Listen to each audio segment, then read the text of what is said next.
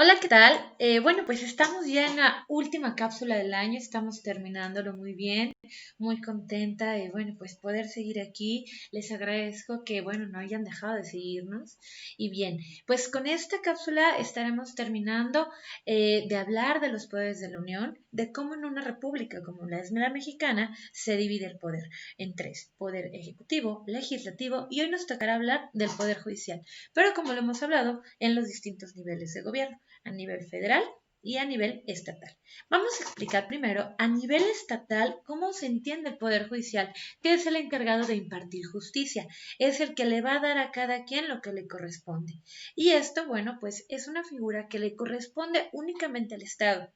Ninguna persona puede impartir justicia o darse justicia por su propia mano. Por eso es parte de este contrato social que decía Juan Jacobo Rousseau, donde, bueno, le cedemos al Estado, este ente autónomo y soberano, pues la venganza privada, la capacidad de impartir las leyes que éste haya establecido como monopolio del poder que tiene. Y bueno, en México tenemos 32 entidades federativas. Cada una de estas tiene un poder judicial a nivel estatal, es decir, va a encargarse de impartir justicia por según sus condiciones, las características que tenga cada estado. Baja California Norte, Sur, Sonora, Coahuila, Tamaulipas, Yucatán, Quintana Roo, Oaxaca. Cada entidad federativa tiene su propio poder judicial. Incluso si ustedes ven en esta imagen, vienen logos de cada uno de los poderes judiciales y el de la Ciudad de México, por supuesto. E incluso les acompaño con una imagen donde vemos a la ciudad judicial. Cerca del Metro Niños Héroes encontraremos tribunales en materia civil, tribunales en materia penal, de mediación. Por el hemiciclo Juárez están tribunales familiares. En Avenida Patriotismo encontramos tribunales civiles de cuantía menor, del proceso oral, y ahorita les explico eso.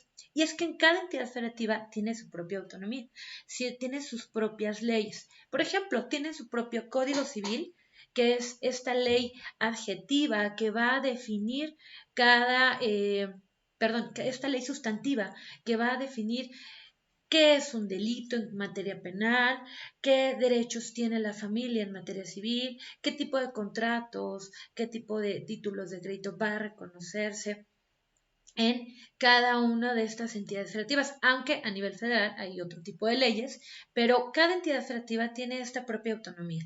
En materia penal sí cambia un poco porque hay un único código de procedimientos penales, que es el que va a regir a todos estos estados. Es el mismo procedimiento, pero cuando hablamos en materia civil cambia un poco, porque cada entidad federativa tiene su propio código de procedimientos. Vamos a ver ahora qué rigen o qué tipo de áreas y tribunales hay en el Poder Judicial, que como hablábamos es el encargado de impartir justicia. En el Estado de México, en Hidalgo, en Veracruz, en Colima, en cada una de estas 32 entidades federativas va a haber juzgados.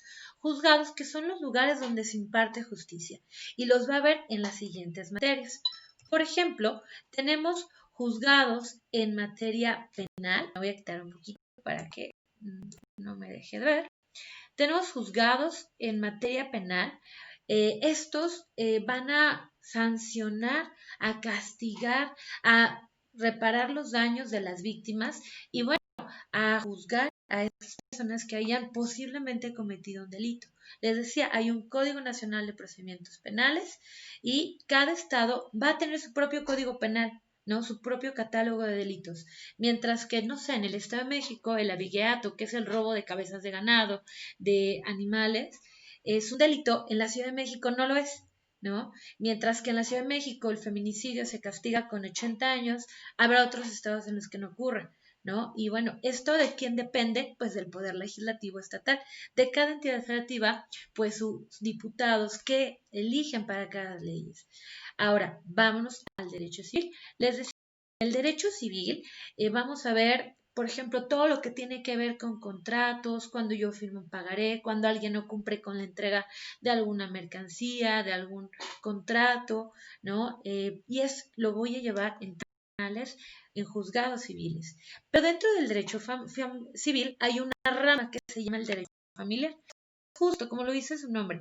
Esta rama que regula todas las condiciones de la familia, por ejemplo, los hijos, el matrimonio, la adopción, los bienes, el patrimonio de la familia, ¿no? Incluso el nombre, la identidad.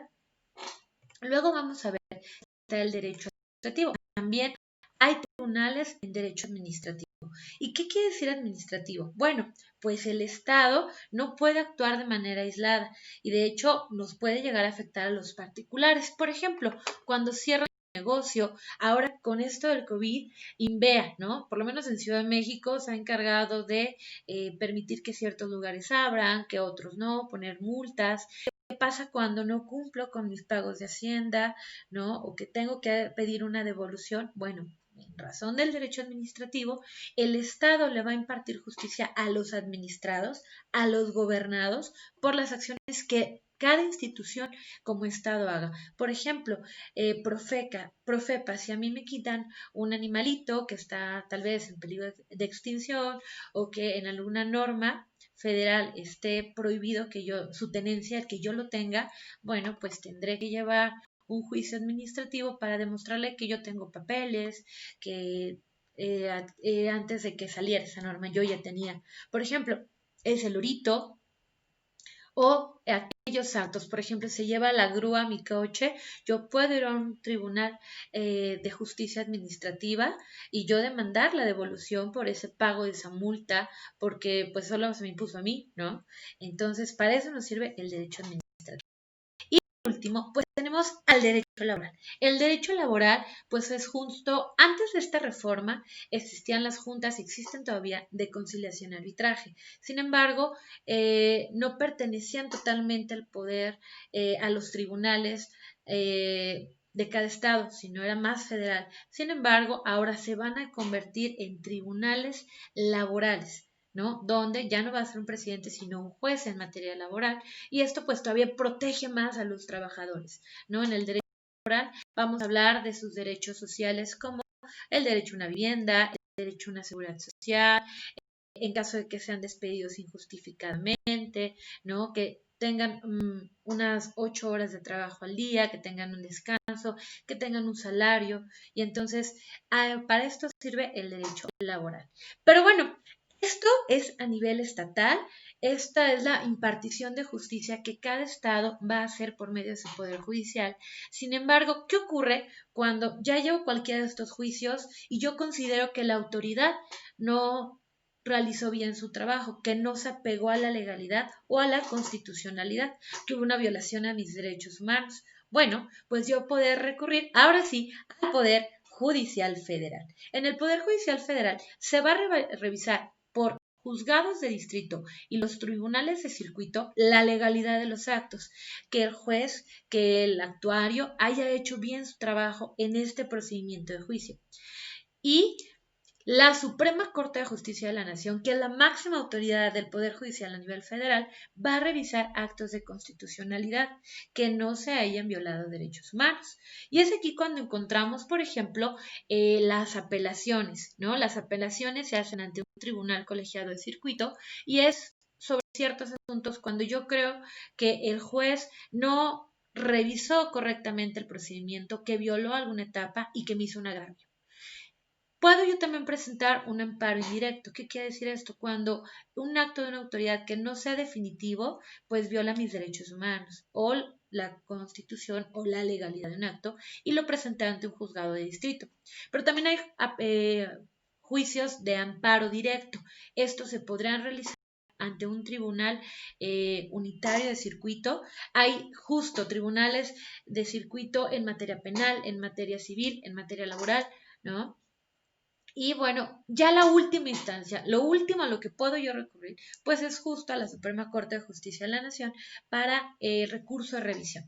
Lo que se hace es revisar que el amparo que ellos pues no otorgaron, que no hubo la justicia y la protección de la justicia de la nación, bueno, pues en el amparo en revisión, en la revisión que es esta última etapa y último recurso, la Suprema Corte de Justicia será quien delimite.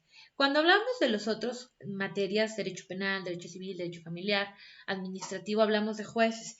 Todavía con las juntas de conciliación y arbitraje en derecho laboral hablábamos de presidentes, pero con la reforma también ya serán jueces. ¿Cómo se llaman las autoridades que regulan en el Poder Judicial Federal? En el juzgado de distrito, como lo dice su nombre, jueces de distrito. En los tribunales de circuito, en los colegiados son 3 los magistrados que van a actuar, mientras que en el Tribunal Unitario solo tenemos a un juez.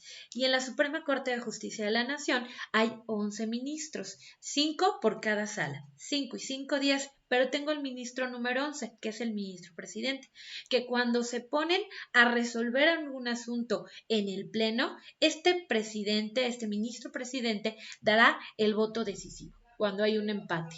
Y bueno, pues con esto estaremos terminando. Les agradezco mucho y espero que tengamos una idea más de para qué funciona el Poder Judicial. Saludos, hasta luego, feliz año y nos vemos el próximo 2021.